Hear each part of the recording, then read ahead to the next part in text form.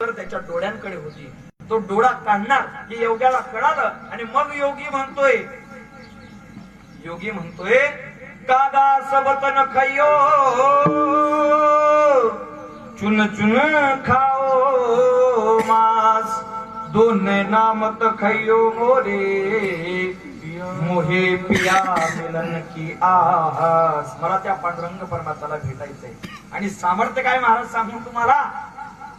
योगियाच्या ध्यानी ध्याता ना तोडाचे तो आभासी मागे पुढे तो आभासी मागे पुढे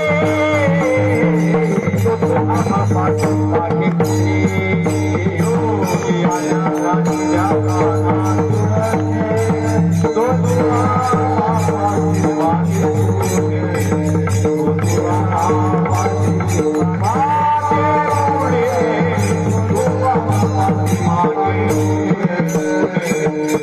जो योग्याच्या ध्यानाला येत नाही तो भगवत चिंतन करून तो मापासी मागे पुढे उभा राहे सांभाळीत आलिया आघात निवाराया.